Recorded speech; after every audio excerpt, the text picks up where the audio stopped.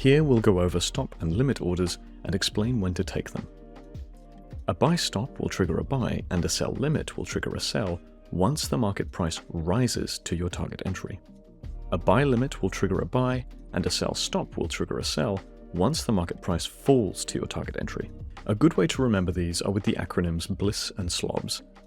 BLISS stands for buy limit or sell stop, and SLOBS stands for sell limit or buy stop.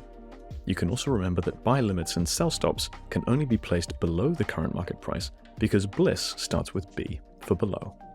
A break-even or BE trade is when a trade is closed at the same price it was placed. This means you gained and lost no money, or in other words, broke even. Signal providers will sometimes tell members to change their stop loss to break even.